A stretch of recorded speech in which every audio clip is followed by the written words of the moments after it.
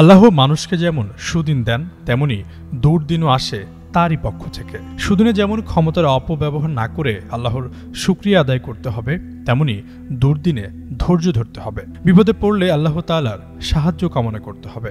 মহান সৃষ্টিকর্তা আল কোরআনে উল্লেখ করেছেন, হে মুমিনরা, ধৈর্য ও সালাতের মাধ্যমে তোমরা সাহায্য কামনা করো। নিশ্চয়ই আল্লাহ ধৈর্যশীলদের সঙ্গে রয়েছেন। পবিত্র কোরআনে এমন একটি সূরা রয়েছে যা নিয়মিত রাতে পাঠ করলে সংসারের অভাব দূর হয়। সূরাটির নাম ওয়াকিয়া। এটি পবিত্র কোরআনের ৫৬তম সূরা, যা মক্কায় অবতীর্ণ হয়েছে। এর আয়াত সংখ্যা ৯৬টি।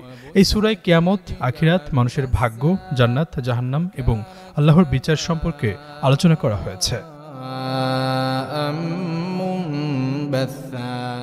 ওয়াকিয়া শব্দটির অর্থ ঘটনা। এই সূরায় কিয়ামত সম্পর্কিত বিপর্যয়ের বর্ণনা প্রদান করা হয়েছে, যা সকল মানুষ একদিন অবধারিতভাবে দেখতে পাবে।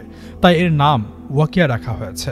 সূরা ওয়াকিয়া কিয়ামতের দিন এবং পরবর্তী পরিণতির ব্যাপারে মানুষকে সতর্ক করে এবং আল্লাহর দিকে ফিরে আসার তাগিদ দেয়। এই সূরা পাঠ করলে কখনো অভাব আসে না, দারিদ্র্য কখনো গ্রাস করতে পারে না। আব্দুল্লাহ ইবনে মাসউদ রাদিয়াল্লাহু তাআলা আনহু তার মেয়েদের প্রত্যেক রাতে এই সূরা তেলাওয়াত করার আদেশ করতেন। তিনি বলেন, আল্লাহ রাসূলুল্লাহ সাল্লাল্লাহু আলাইহি ওয়াসাল্লাম বলেছেন, যে ব্যক্তি প্রতিদিন রাতে সূরা ওয়াকিয়া পাঠ করবে তাকে কখনো দারিদ্র্য স্পর্শ করতে পারবে না।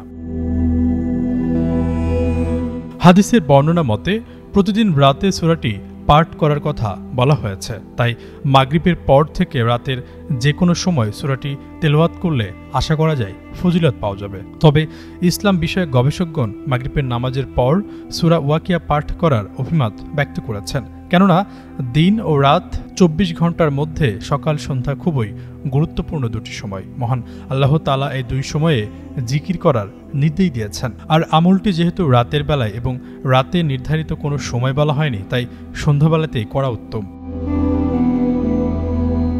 আশরাফুল ইসলাম, যুগান্ত নিউজ।